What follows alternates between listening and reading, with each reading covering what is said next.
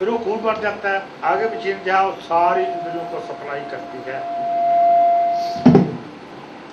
तो फिर ये जो आत्मा है, आत्मा ने कौन सा भोजन किया ये बताओ। आत्मा का तो ये भोजन है ही नहीं, आत्मा क्रिया ही नहीं करती। तो ये तो शरीर का भोजन है, शरीर को खून मिला, उन सारी इंद्रियों में सप्लाई हुई, उसमें ताकत बनी, शरीर की तंदुरुस्ती है बनी। इसमें आत्मा का कौन सा भोग है? ये तो अपने आप को प्रकृति मान रही है, चेतना, इसलिए ऐसा भूल है इसको कि मैं भोगती हूँ। कौन सा भोग है इसका? ये क्रिया रहता है। तो ये जो भी हमारा भोग है वो क्रिया है। जो क्रिया करते हैं तो वो प्रकृति करती है। प्रकृति में क्रिया होती है, उसमें परमेश्वर, वो प्रकृति में क्रिया है। ये चित्र में क्रिया है ही नहीं, आत्मा में, तो ये कैसे भोग? ये क्रिया रहता है। अब जो आनंद है, आनंद का भोग करती है, तो आनंद कौन सा हाथ से पकड़ना है और कौन सा मुंह में चबाना है और कौन सा पेट में जाना है, ये क्रिया रहत हो गया। क्योंकि जीव आत्मा क्रिया रहता है, इसलिए क्रिया रहत का ये भोग है उसका। फिर जो सब रसों का रस, को रस का जो भोग करती है, अनुभव करती है, तो उसमें कौन सा हाथ से पकड़कर मुंह में डाल के उसको चबाना और पेट में ले जाना है और उसका खून बनना है, ये भी क्रिया है। फिर जो है प्रेम है, तो प्रेम कौन सा हाथ से पकड़ के मुंह में खाना है और उसका खून बनना है और नस नाड़ी में जाना है, ये भी क्रिया है। फिर जो है अनंत रस, प्रेम और जो है शांति, वो शांति जो है उसको फिर ये कौन से वो है, इससे कौन सी क्रिया करनी फिर? हाथ में पकड़े मुंह में डाल के दबाना है और अंदर ले जाना है और सारे नस नाड़ियों में उसका खून बन के जाना, क्या है? ये भी क्रिया रहता है। तो ये भोग है आत्मा का। तुमने जो ये जन्म में दिन रात पसीनो पसीनी भागो बाकी चिंता, ये मिल जाए, ये मिल जाए, ये मिल जाए,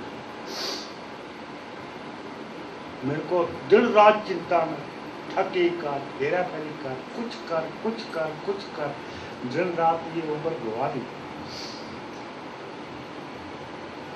तो फिर वो जो है फिर भी दुखी। अब आत्मा की कैसे तृप्ति हो जाए? ये तो सारी प्रकृति है, इसका भोग ही नहीं है, तृप्ति फिर नहीं हुई, फिर बड़े दुखी हैं। आत्मा की तृप्ति तो चेतन है और परमेश्वर भी चेतन है। आत्मा की तृप्ति तो उसके आनंद से होगी, ये जड़ पदार्थों से कैसे होगी? जड़ पदार्थ तो जो है, जब मशीन को पेट्रोल दिया जाता है तो ये तो इनका पेट्रोल है, जो भी खाते पीते हैं इसका खून ही तो बनता है।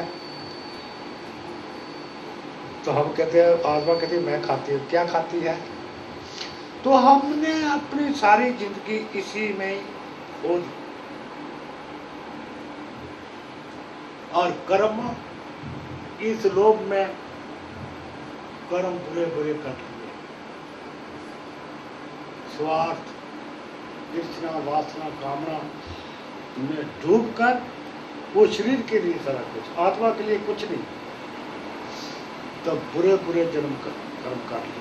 अब इसका भोगना कोई मन ने थोड़ा ही भोगना है, कोई शरीर ने थोड़ा ही भोगना है, कोई बुद्धि ने भोगना है या इंद्रियां ने भोगना, भोगना तो आत्मा ने, चेतन भोगेगा। फिर अगला जन्म मिलता है, उसमें बड़े दुख मिलते हैं, एक जन्म में भी मिलते हैं, कहीं कुछ बड़े दुख मिलते हैं, बड़े दुख मिलते हैं, तो आत्मा दुखी होती है। तो मन का क्या गया? वो तो जड़ है, मशीनरी है, बाकी शरीर का क्या गया? वो तो यही रह जाना है। तो तुमने भोगना है। अब ये देखना चाहिए कि क्या हम करता है, करता हो मालिक है, तुम अकर्ता हो, तुम क्रिया रहत हो, तुम्हारा ये फंक्शन ही है। तो तुम जो है अब कैद में खुद ही तो आए, परमात्मा ने तो तुम्हारे को कैदी नहीं बनाया, जन्म जन्म से मरण जन्म के फंसे हुए हैं और कैदी हैं, तो इसमें भगवान ने को तुम्हें कैदी बनाया है, आगे फिर कैद में फंसना है, आगे फिर बुरे बुरे भोग, बड़ी मुसीबतों, दुख, कलेश, वो कर्मों का फल पाए भगवान का कसूर है? भगवान तो हमेशा ही कल्याणकारी है। भगवान जो सृष्टि की रचना करता है वो जीव के कल्याण के लिए करता है, ताकि इसके अच्छे बुरे कर्म भोगे जाए और आगे अच्छे कर्म करे, ज्ञान का हासिल करे और मेरी प्राप्ति करे, और इसका जन्म जन्म जो है जन्म जन्म के दुखों का नाश हो जाता है और जन्म जन्म खुशियाँ खुशियाँ, आनंद ही आनंद, कोई दुख का लेस मात्र नहीं होता। दुख का लेस मात्र जो प्रकृति के कारण है। चलो हम ठीक ठाक है, कोई बेटे को हो जाए तो वो दिन रात दुख, हालांकि वो प्रकृति को हुआ है, जो अंदर बैठा है उनको तो कुछ नहीं होता, वो शरीर को ही हुआ है। हम दिन रात बहुत दुखी हम, क्योंकि अपना माना ही शरीर को है। तो अगर हम अपना चेतन को मान लेते तो दुख का है, वो अपना असल में है ही, वो शरीर के अंदर तो वही बैठा है। ये इस घर के जो शरीर है ये घर है, इसके अंदर आत्मा परमात्मा को जोड़ा बैठा, अपना तो वही है, लेकिन ये अज्ञानता है। तो भगवान की प्राप्ति के लिए सिर्फ ये करना है कि अज्ञानता को दूर करना है, अपने आप को देखना है कि मैं कौन हूँ और मेरा स्वामी कौन है। जब मेरे को अपने आप का होश आ जाती है कि मैं चेतन हूँ, तो दूसरा चेतन परमेश्वर है। अब तो मैं अपने आप को प्रकृति मान रहा हूँ, अब प्रकृति से मेरा प्रेम है, ये शरीरों से प्रेम है, ये प्रकृति है, इनका नाश अवश्य है। जो भी चीज़ है सब बदलती चली जा रही है, जो चीज़ बदलने वाली है उसका क्या संग, आज और है कल और है, ये सारी सच है।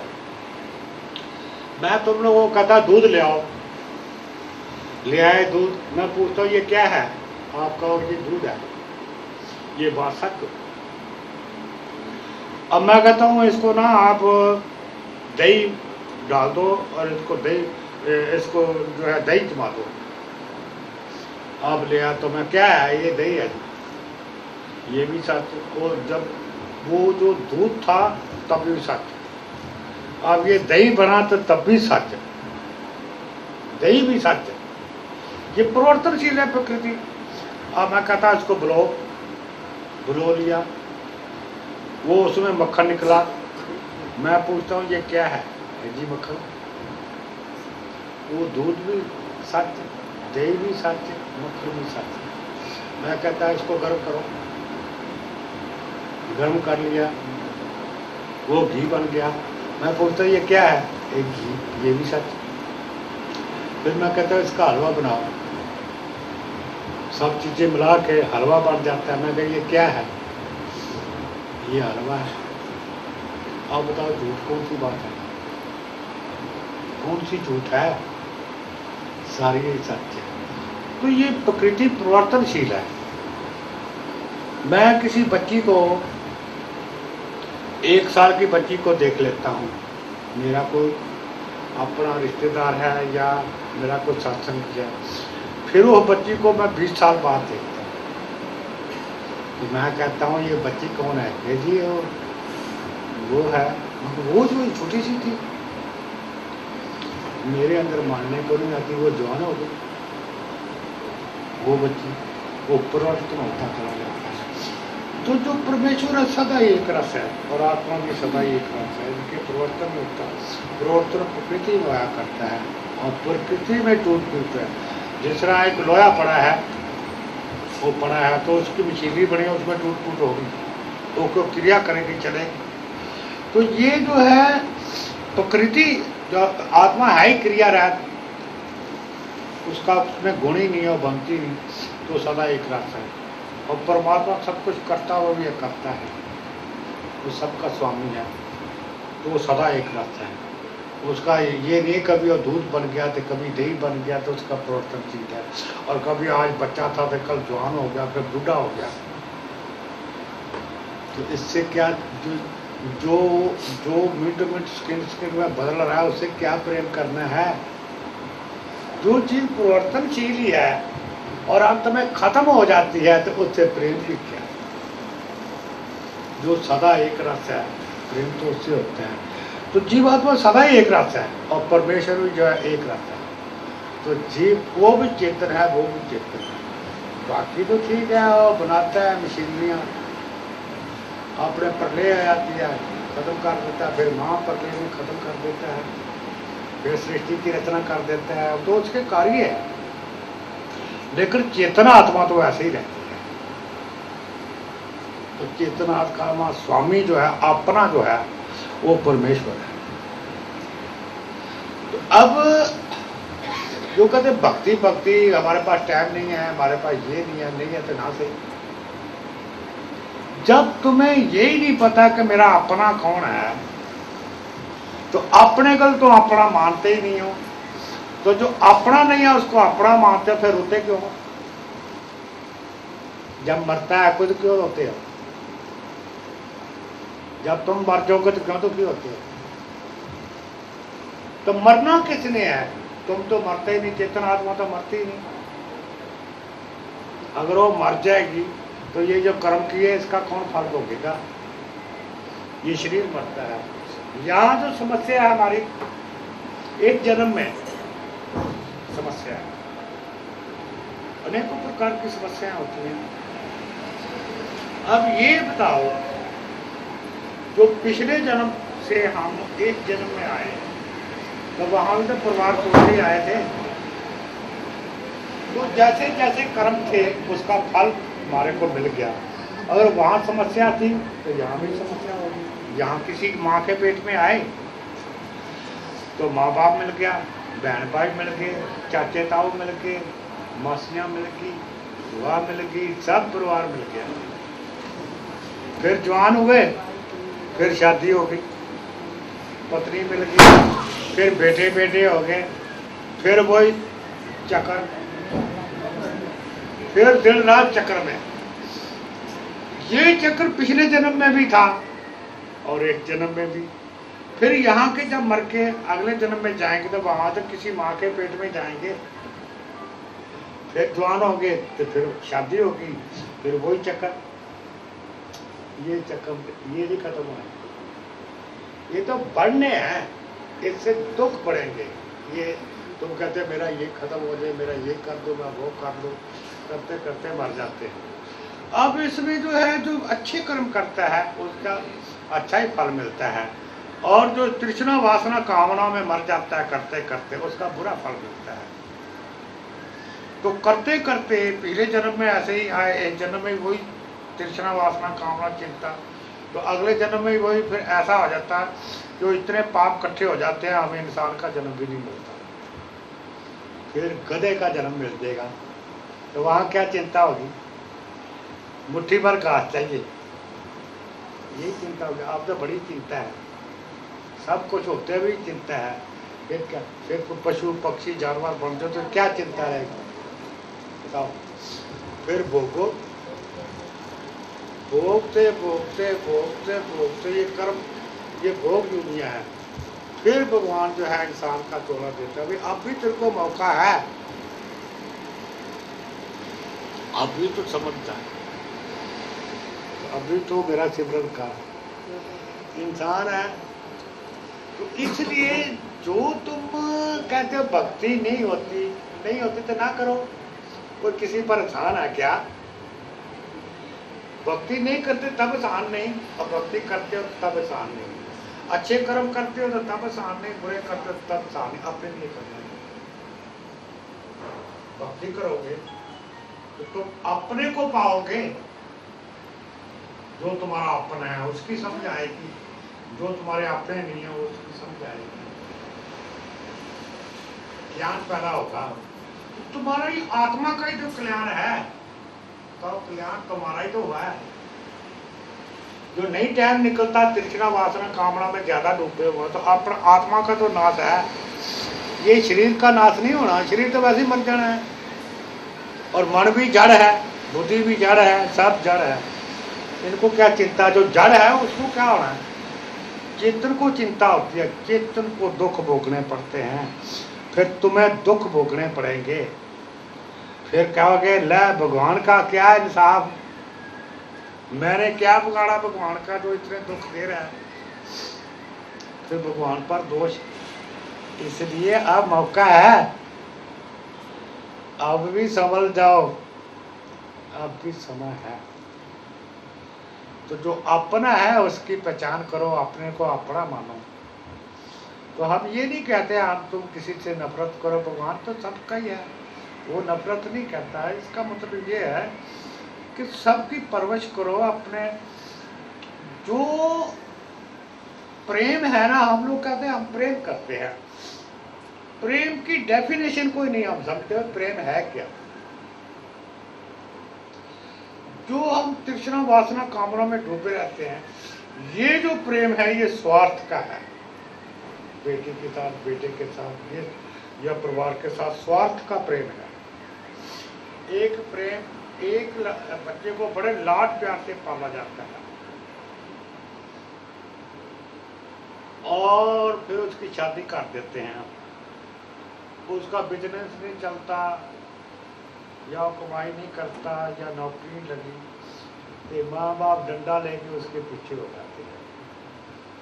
तू पैदा ही ना होता तो अच्छा था, तू हमारे को दुखी कर रखा है, कुछ करता नहीं, हम कहाँ तक तेरा ठेका लें।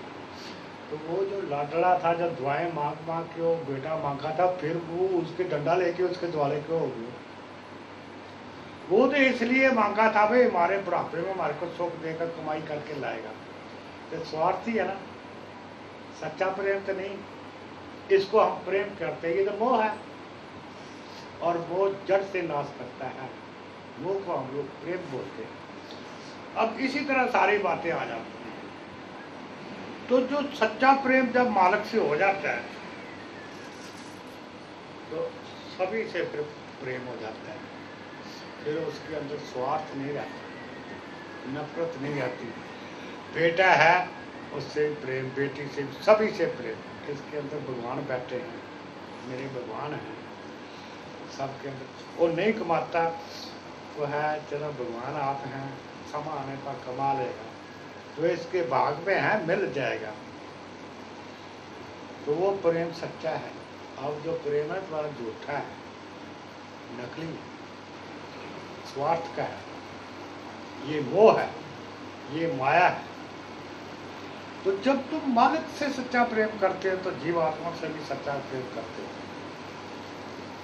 फिर शरीरों से भी, सबसे भी तुम जो है तुम्हारे अंदर जो है परमेश्वर दिखता है सब में, तो सबके साथ प्रेम करते हो, सबका कल्याण मानते हो। इसमें स्वार्थ है, मेरे बेटे को हो जाए, दूसरा कहीं मेरे पड़ोसी को ना हो जाए, उसको ना भगवान दे, या कहेंगे मेरे देवर का लड़का रहा मेरे लड़के के मुकाबले में हो जाए, या मेरे जेठ का लड़का, इतनी जेलसी से मेरा लड़का।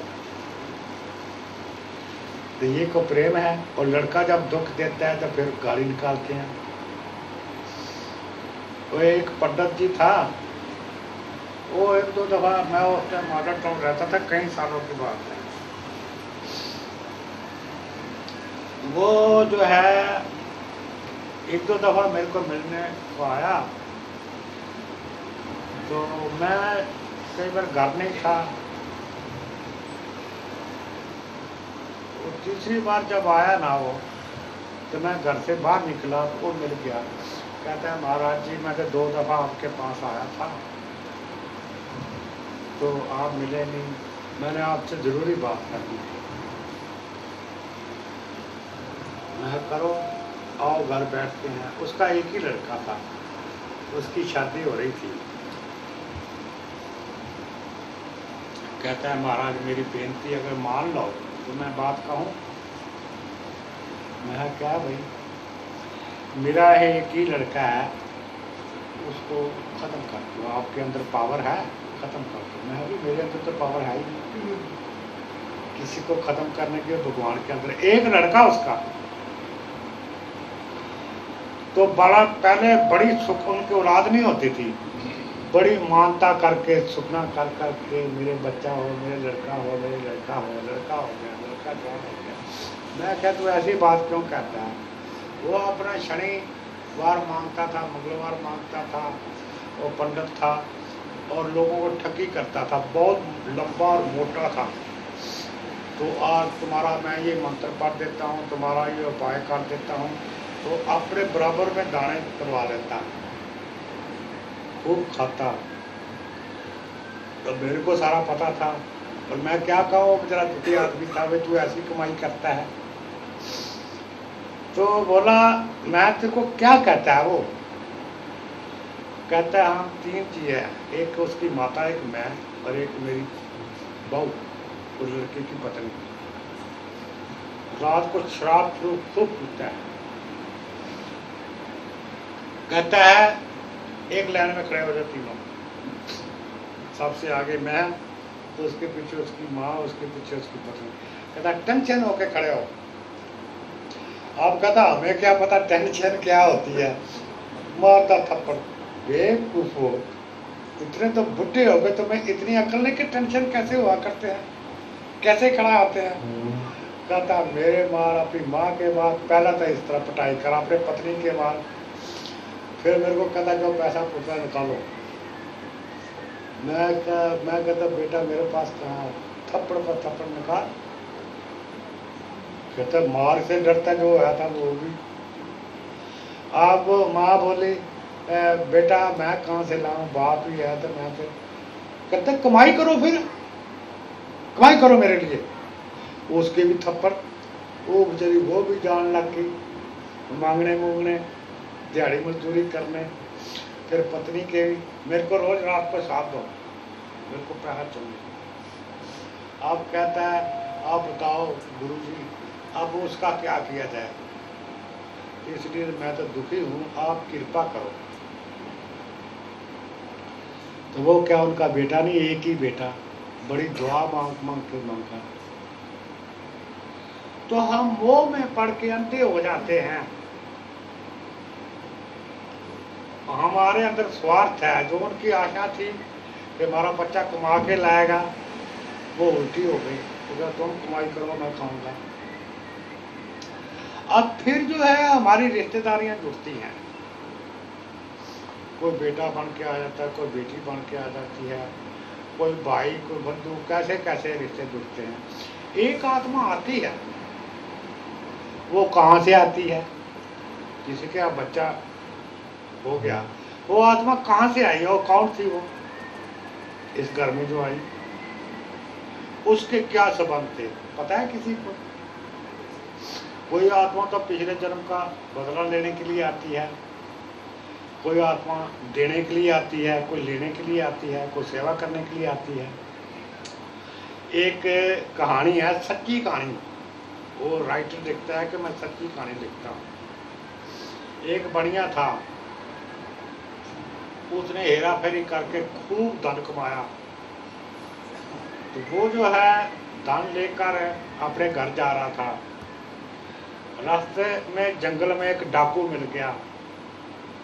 वो बोला सारा धन रख दे, उन्हें रख दिया।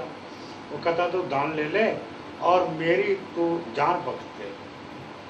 बोला तेरे को बिल्कुल नहीं बख्शूंगा, तेरी जान बख्श दी तू वहाँ पुलिस में जाके बताएगा। उसने हाथ भी जोड़े, नहीं माना, उसको खत्म कर दिया और धन लेके घर में आ गया। अब वो डाकू था, उसने डाके मारने बंद कर दिए, बहुत बड़ा सेठ बढ़ गया। उसके यहाँ 20 साल हुआ कि उनके औलाद नहीं थी।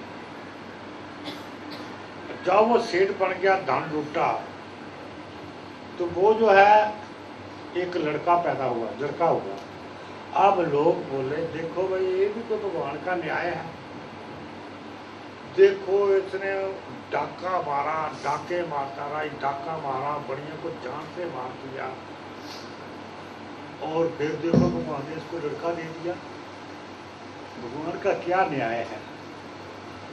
अब लड़का जवान हो गया, लड़के की शादी कर दी, लड़का बीमार रहने लग गया। अब लगा सेठ साहब पैसा खर्चने, खर्च के सब जितना धन लूटा लाटा सब खत्म, लड़के पर लगा दिया। फिर वो ठीक नहीं हुआ। फिर एक मकान भी बेच के लड़के पर लगा दिया। तो एक दिन वो लड़का डॉक्टर हकीमों को कहता जाओ बाहर जाओ, मेरे पिताजी को भेजो। तो पिताजी से पूछने लगा कि पिताजी आप जानते हो कि मैं कौन हूँ? पिता ने सोचा बुखार के नशे में बोल रहा है। पिताजी चुप रहे। बोला पिताजी मैं बुखार के नशे में नहीं बोल रहा, मैं आपसे पूछ रहा हूँ कि आप जानते हो कि मैं कौन हूँ? कहता है मैं, तुमने एक दफा एक बढ़िया को लूटा था जंगल में? कहता हाँ। तो उसने तेरे से हाथ जोड़े थे कि मेरी जान बख्शते? कहता हाँ। कहता तू उसको मार दिया? कहता हाँ। फिर उसका धन से तो बड़ा सेठ बन गया? कहता हाँ। कहता ये जो मैं लड़का हूँ ना, मैं वही बन गया। मैंने अपना धन वसूल कर लिया है, जितना धन तो मेरा लूटा था ना, मैं वसूल कर लिया है और मैं जा रहा हूँ।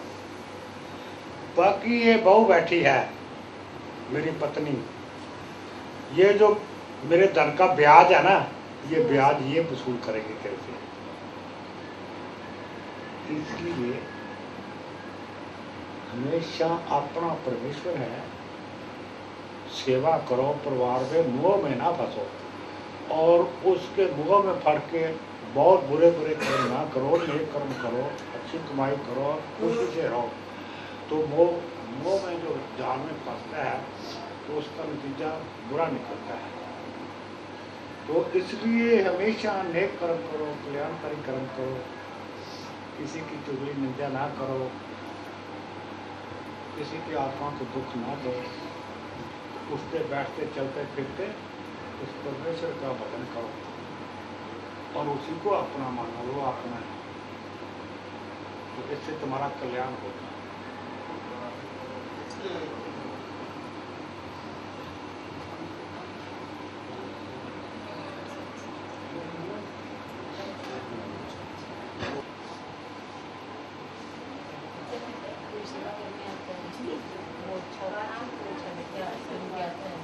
किसी ने कोई बात पूछनी हो, कोई सवाल हो, कुछ दिन पर कोई बात पूछनी हो, कोई किसी का सवाल हो।